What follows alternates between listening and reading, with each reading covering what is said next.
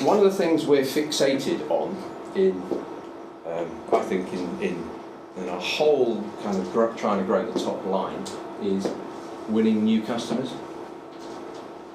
Everyone's talking about going to the new customers, the next customers, when actually we've got a really big opportunity right in front of us with existing customers. If we talk to our customers and understand our existing customers,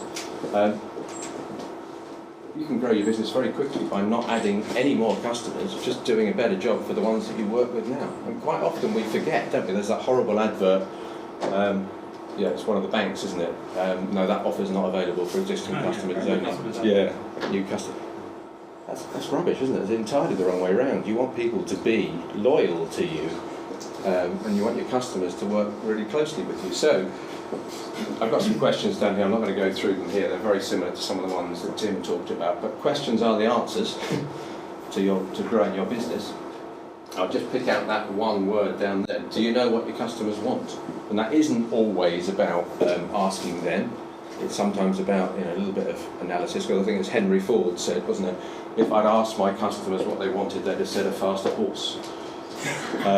Well, actually, sometimes your customers don't know what they want because they haven't actually had their world expanded. But look at your existing customers. Can I just pick out one that's sorry, but do you maintain an accurate database? I've got to say a few words on that. Because in this day and age of technology and pre-simple technology, we must all keep a good database and understand the database of our customers, potential customers and clients, because really missing a big trick if you don't do that. And I don't mean about sending spam emails and being invasive, but we're all in business to have customers and clients, and there is great value in making sure you spend time in developing your database. And I can give a couple of stories there. Again, one was Watford. When I first went in there, it was just after we'd been to the playoff final of '99. We'd had apparently 38,000 Watford supporters turn up at Wembley to watch us, and we had no data on them whatsoever. Yeah.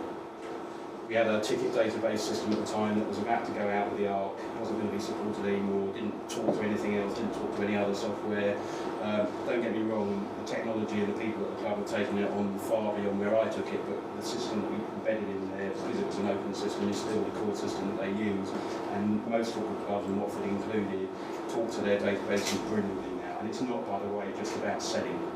Because I'm going to come to my second example, which is Raise the Sunshine Children's Charity. Again, one of the first things I did as CEO there was we brought in a database, and a lot about that is we call it donor management, but communicating with donors, not to ask them for money, but to tell them what we're doing and tell them how we've used their money. We're not asking you for any more, but here, have a look at. And we know everything about our supporters, what they want us to know. We communicate with them really, really well. Always improve it. I think we do it really well.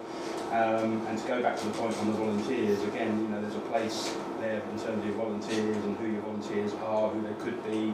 If you know who your supporters are, they might be interested in being volunteers going forward. So I think I've made the point. The database, I can't skip over that without saying something about it. Every business should concentrate some time on making sure their database is as good as it can be and as clean as it can be. We have the same challenge at Clark House, don't we? Yeah. Been a real teeth-pulling exercise in a lot of ways, totally open and honest about it, but I think we're getting there. There's one here, which is, I'm not going to spend much time on it, but it's about the sales process. When you meet someone, how do you sell your service to them? It's not mine, it's by a guy called Tom Hopkins, and he talks about lowering the sales resistance. These are two thermometers, which Anna's very kindly changed the colour of for my slides here, because it matches the brand. But actually these are supposed to be red. And on one side what you're trying to do is reduce the sales resistance piece, and on the other side you're trying to increase the sales acceptance piece. And actually I could say, don't care about that side at all. It's all about, first thing, just look at that first word, trust. Does that person believe in me? Do they believe in my company? Do they believe in what we're saying?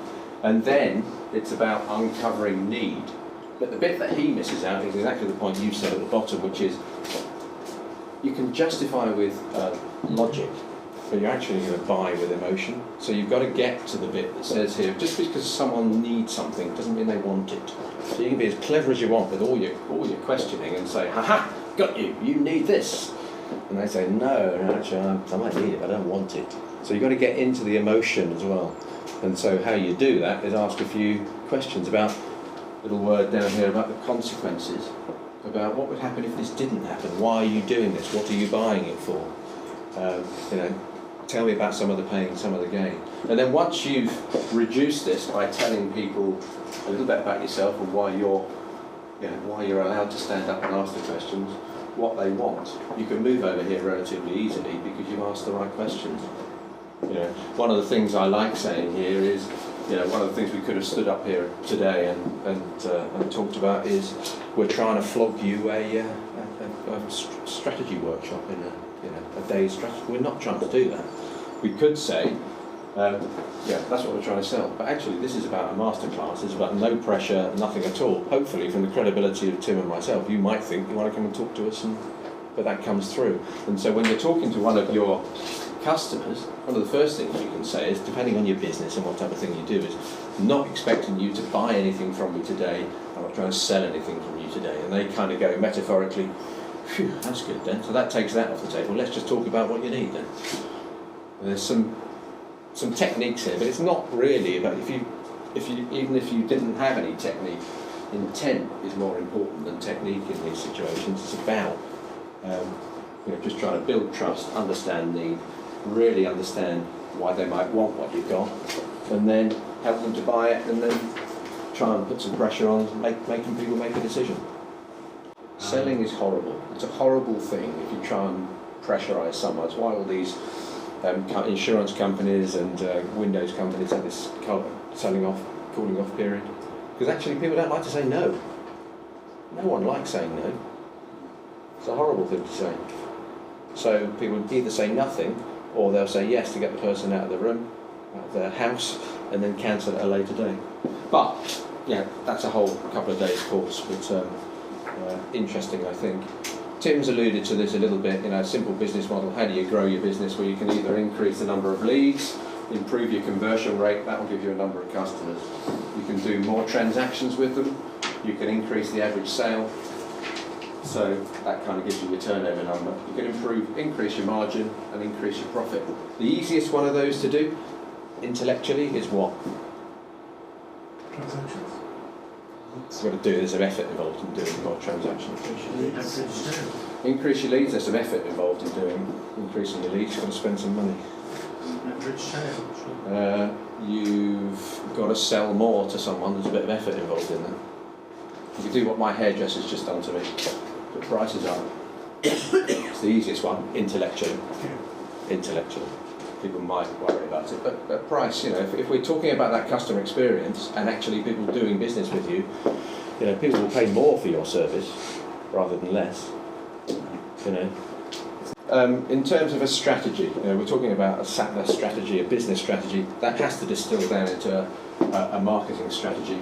Strategy, for me, is a much used, overused word. It's essentially about deciding what you're going to do and overtly also saying what you're not going to do. So go back to my exhibitions business. They should sell their posh, bespoke exhibitions business product and not that. So that's what their conscious decision is going to be. But I would say, if you are serious about selling and marketing your product, it needs time and dedication. So who's going to do it? And is it their full-time role? You can't just grow business part-time. You can, you have to begin with. But if you want to do it seriously, you've got to invest some time in this. Understanding your current customers' needs, understanding future customers' needs. Who's going to do it? I'll leave that hanging there. And please, please, please, don't forget the people you currently do business with. It's 7 times, 8 times, 9 times more expensive to get a new customer than it is to retain an existing one. So let's spend time on our customers that we already have and get them to get our new customers through word of mouth and referral. And then a little piece of real world kind of card experience you only get through grey hair and all those sorts of things. Growing your business, as everyone knows in this room, I'm not teaching you the subject, but it takes a lot of physical and emotional effort. It is absolutely draining. Absolutely draining. So, why do I say you have a confident, a mentor, a coach, or you talk to your dad or someone? Because it's great to get that release, to talk to someone about it. Because they can just say things that actually, naively, if you're an employee, you couldn't say, but for an outside person, you can just give that objective discussion. It requires regular focus and dedication. You've got to spend time on it. You're going to get fed up.